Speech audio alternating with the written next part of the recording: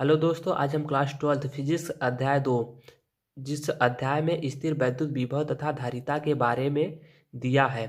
आज हम इस अध्याय को पढ़ेंगे। पहले तो हम इसकी भूमिका को जानेंगे, फिर उसके आगे हम बात करेंगे अगले टॉपिक का।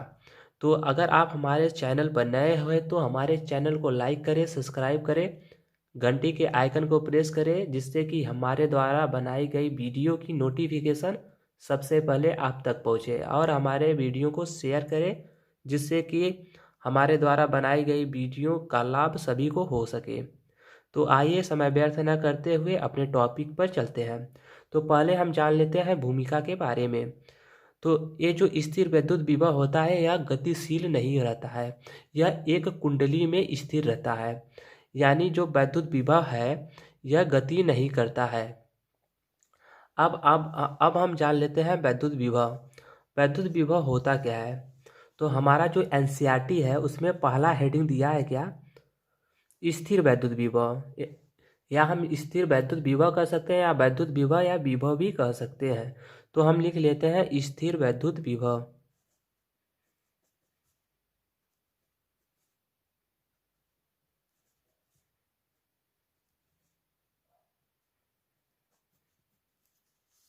स्थिर वैद्युत विभव। अब हम इसका डिफिनेशन जान लेते हैं कि स्थिर वैद्युत विभव होता क्या है। तो पहले मैं आपको डिफिनेशन बता देता हूँ, फिर आपको एक चित्र के माध्यम से बताता हूँ कि इसका जो डिफिनेशन है वह कैसे बनाया जाएगा। किसी वैद्युत क्षेत्र में किसी बिंदु पर वैद्युत विभव धन परीक्षण आवेश को अनंत से उस बिंदु तक लाने में किया गया कार्य स्थिर वैद्युत विभव कहलाता है। तो आइए मैं आपको एक बार डिफिनेशन लिख कर समझा देता हूँ। जैसे कि आप सभी देख रहे होंगे कि यहाँ वैद्युत विभव का जो परिभाषा है वो लिख दिया है हमने। तो यहाँ पर क्या परिभाषा है, किसी वैद्युत क्षेत्र में किसी बिंदु पर वैद्युत विभव धन परीक्षण आवेश को अनंत से उस बिंदु तक लाने में किया गया कार्य वैद्युत विभव कहलाता है। मैं आपको एक बार फिगर के माध्यम से समझा देता हूँ जिससे कि आपको इस परिभाषा को याद करने में आसानी हो सके। जैसे कि मैंने आपसे वादा किया था कि मैं आपको सभी चैप्टर इस प्रकार पढ़ाऊंगा जिससे कि आप एक बार पढ़ें और ज़िंदगी भर याद रहे। तो आइए अब हम फिगर के माध्यम से समझ लेते हैं। वीडियो भले ही लंबा बनेगा लेकिन आपको संपूर्ण पूर्वक समझ में आएगा। तो आइए अब समय व्यर्थ न करते हुए अपने फिगर पर चलते हैं। ये मान लेते हैं कोई वैद्युत विभव है, ये नहीं वैद्युत विभव नहीं, ये मान लेते हैं कोई वैद्युत क्षेत्र है जिसमें हम एक बिंदु ए और बी खींच लेते हैं। क्या खींच लेते हैं, एक बिंदु ए और बी खींच लेते हैं, और इनके मध्य ओ बिंदु पर विभव उपस्थित है। क्या है, इनके मध्य ओ बिंदु पर विभव उपस्थित है। और हम क्या कर रहे हैं, यहाँ से ये मान लेते हैं कोई अनंत बिंदु है और यहाँ पर क्या है, आवेश उपस्थित है, यानी इलेक्ट्रॉन उपस्थित है। इलेक्ट्रॉन उपस्थित है, धन आवेश। और यहाँ से हम क्या कर रहे हैं, यहाँ तक लाने में जो कार्य करना पड़ता है उसी को हम वैद्युत विभव कहते हैं। यानी जो धन परीक्षण आवेश है इसको अनंत से और इस वैद्युत क्षेत्र में लाने में जो कार्य करना पड़ता है उसे हम वैद्युत विभव कहते हैं। ये है वैद्युत क्षेत्र।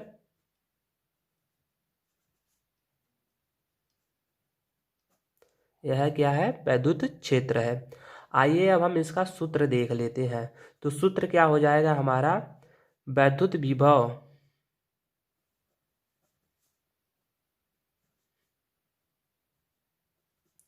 V बराबर W/Q हो जाएगा, जहाँ W कार्य है, कार्य का मात्रक जूल होता है,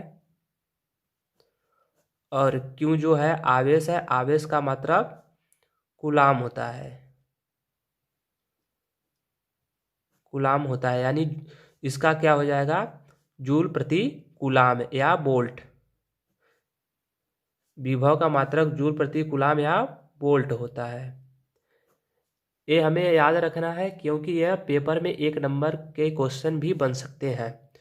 तो आइए अब हम अपना आगे टॉपिक पर चलते हैं।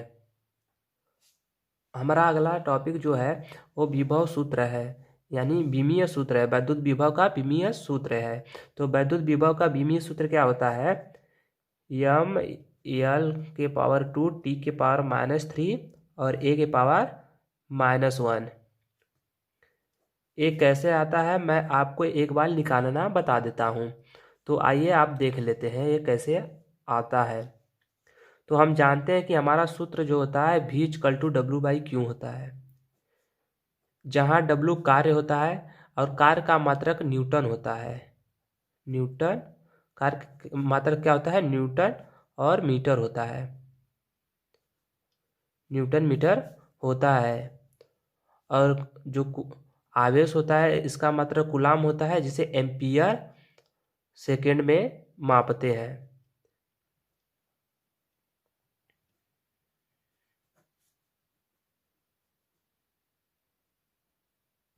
जिसे एम्पियर सेकेंड में मापते हैं। अगर आपको यहाँ पर न्यूटन का बीमा मालूम होगा तो आप इसे आराम से लगा सकते हैं। अगर आपको यहाँ पर न्यूटन का बीमा मालूम होगा तो आप इसे आराम से विमीय सूत्र निकाल सकते हैं। जैसे न्यूटन का बीमा क्या होता है? mL/t के पावर -2 होता है। mL/t के पावर -2 होता है। और मीटर का जो बीमा होता है वो L होता है, और बटा के एम्पियर ए जो सेकेंड है वो टाइम है तो टी हो जाएगा यहाँ पर। तो अब देखिए क्या होता है, जब हम इसको ऊपर ले जाते हैं, पहले हम इनका आपस में गुणा कर देते हैं। तो यम एल के पावर 2 हो जाएगा और टी के पावर -3 हो जाएगा। यह कैसे हो रहा है आपको दिखाता हूँ। जब हम प्लस टी को ऊपर ले जाएंगे तो क्या हो जाएगा? -t। तो यह -t -1t और -2t में जुड़ेगा तो -3t हो जाएगा। और ए जो है धनात्मक है और ए जब ऊपर जाएगा तो ऋणात्मक हो जाएगा। ए हो जाएगा विमीय सूत्र। अगर आपको इस प्रकार नहीं निकालने आता है तो मैं आपको एक और तरीका बता देता हूँ। पहले तो हम इसके लिए फिर से एक बार सूत्र लिख लेते हैं। तो हमारा जो सूत्र था क्या था? विभव बराबर W/Q था। तो जो W था वह कार्य है और जो Q है वह कूलाम है। आवेश जो है वह कूलाम होता है या वोल्ट। इसका मात्रक है, विभव का मात्रक यह है। तो हम कार्य को क्या लिख सकते हैं? कार्य क्या सूत्र क्या होता है? द्रव्यमान इंटू त्वरण,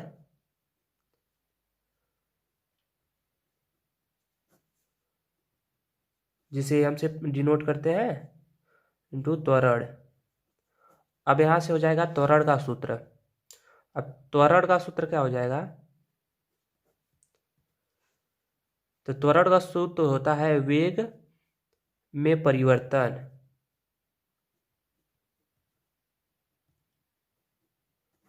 बटा समय।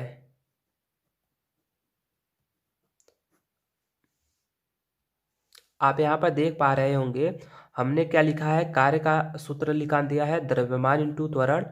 फिर उसके बाद क्या किया है? त्वरण का सूत्र लिखा दिया है वेग में परिवर्तन बटा समय। अब हम क्या लिखानेंगे? किसका सूत्र? वेग में परिवर्तन का सूत्र हम लिखान देंगे। फिर उसके बाद हम अपना मान रख लेंगे, हमारा बीमा आ जाएगा। तो यहाँ हम लिखेंगे वेग में परिवर्तन, यानी वेग लिख देंगे बराबर क्या हो जाएगा? चाल यानी दूरी बटा समय हो जाएगा। दूरी बटा समय। अब हम सूत्र से फिर लिख लेंगे। सूत्र हमारा क्या था?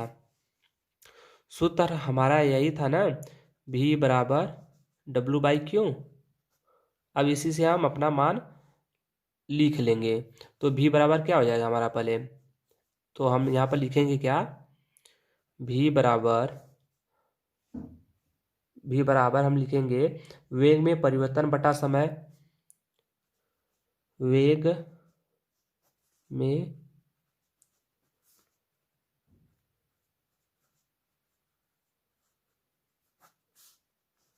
बटा समय।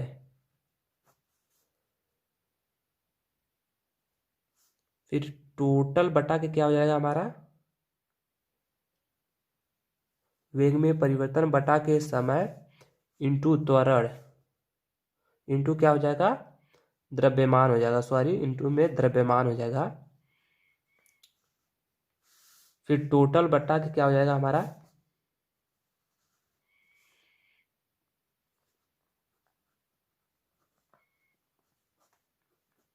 फिर टोटल बटा के हो जाएगा एम्पियर सेकेंड। टोटल बटा का हो जाएगा एम्पियर सेकेंड। तो यहाँ से हम क्या लिख सकते हैं, भी बराबर हो जाएगा दूरी बटा समय इंटू द्रव्यमान मीटर, फिर उसके बाद टोटल बटा के क्या हो जाएगा समय, फिर इसके इसके फिर टोटल बटा के क्या हो जाएगा समय, फिर सेकेंड हो जाएगा। फिर अब देखेंगे हम इनका सभी का मान रख लेंगे। जो दूरी का मात्रक होता है एल होता है, यानी मीटर होता है, तो उसे एल में लिख देंगे। फिर उसके बाद हमारा जो मीटर है एल है और द्रव्यमान को एम से प्रदर्शित करते हैं। फिर उसके बाद हम दिया है समय, अगर हम इसको ऊपर ले जाते हैं तो यहाँ पर नीचे आ जाएगा, तो यहाँ पर हो जाएगा टी का स्क्वायर। फिर उसके बाद इनका हम मान रख लेते हैं, तो ए टी हो जाएगा। आवेश का जो बीमा होता है एटी होता है। तो अब हम इसको हल कर लेते हैं। तो v इक्वल टू क्या हो जाएगा, यह ऊपर जब जाएगा तो यहाँ पर हो जाएगा एल का स्क्वायर और टी के पावर -2 और एम हो जाएगा, और यहाँ बटा के एटी हो जाएगा। तो v इक्वल टू क्या हो जाएगा, अब हम m को इधर ला लेते हैं, फिर एल का स्क्वायर, फिर अब टी को हम क्या करते हैं, इसको ऊपर भेजते हैं, ए प्लस था ऊपर जाएगा माइनस में हो जाएगा, तो यहाँ पर -3।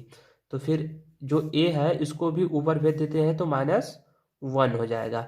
यही होता है विभव का विमीय सूत्र।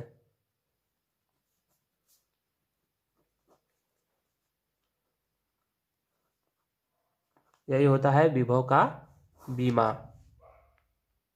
आई होप कि आपको वैद्युत विभव समझ में आया होगा। अब हमारा अगला हेडिंग है वैद्युत विभवांतर। क्या है अगला हेडिंग, वैद्युत विभवांतर। तो वैद्युत विभवांतर क्या होता है, आइए इसका परिभाषा जान लेते हैं। तो किसी वैद्युत क्षेत्र में, पहले तो हम इसका परिभाषा सुन लेते हैं।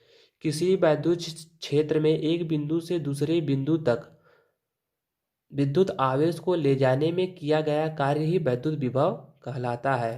यानी कहने का मतलब है, किसी वैद्युत क्षेत्र में बिंदु ए से बिंदु बी तक आवेश को ले जाने में जो कार्य करना पड़ता है उसे हम वैद्युत विभवांतर कहते हैं। एक बार और हम परिभाषा देख लेते हैं।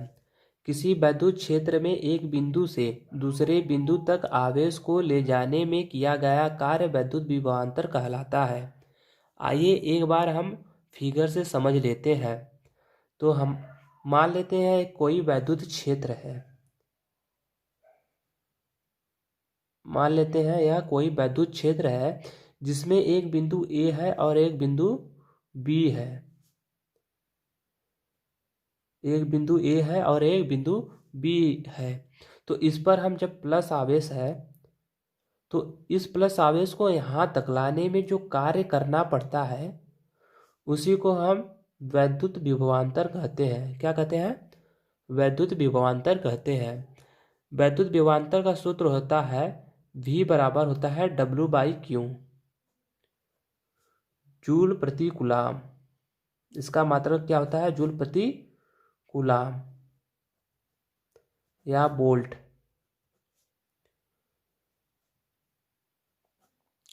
वैद्युत विभव तथा वैद्युत विभवांतर का जो सूत्र होता है ये एक ही होता है। ये कैसे होता है मैं आपको दिखा देता हूँ। माना यहाँ पर हम क्या मान लेते हैं, माना वैद्युत विभव ए माइनस वैद्युत विभव बी इक्वल टू क्या है, W/Q। वैद्युत विभव ए किसी बिंदु पर है और वैद्युत विभव बी जो है वह इन्फिनाइट पर है, इन्फिनाइट पर है। तो हम जानते हैं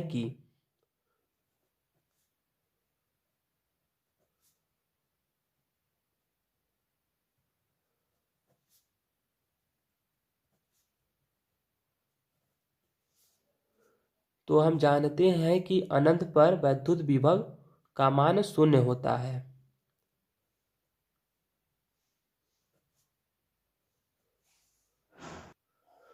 तो हम जानते हैं कि अनंत पर वैद्युत विभव का मान शून्य होता है, यानी V इन्फानाइट इक्वल टू क्या हो जाएगा, 0।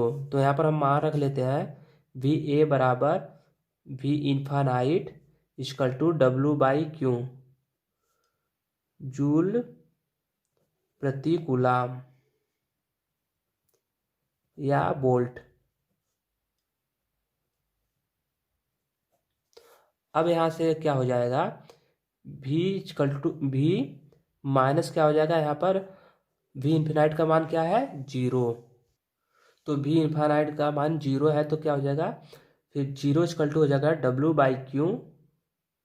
अब यहाँ से हम देखेंगे VA माइनस 0 क्या हो जाएगा, VA बराबर W/Q जूल प्रति कूलाम या वोल्ट। जब वैद्युत विभव और वैद्युत विभवांतर का सूत्र एक ही है तो इसका बीमा भी एक ही होगा। तो बीमा क्या हो जाएगा, m L² T के पावर -3 और A के पावर -1 हो जाएगा। यह हो जाएगा वैद्युत विभवांतर का बीमा। तो हमारा टॉपिक यहाँ पर समाप्त होता है। तो अगर आपको इन सभी का PDF चाहिए तो हमारे डिस्क्रिप्शन बॉक्स में जाकर PDF डाउनलोड कर सकते हैं।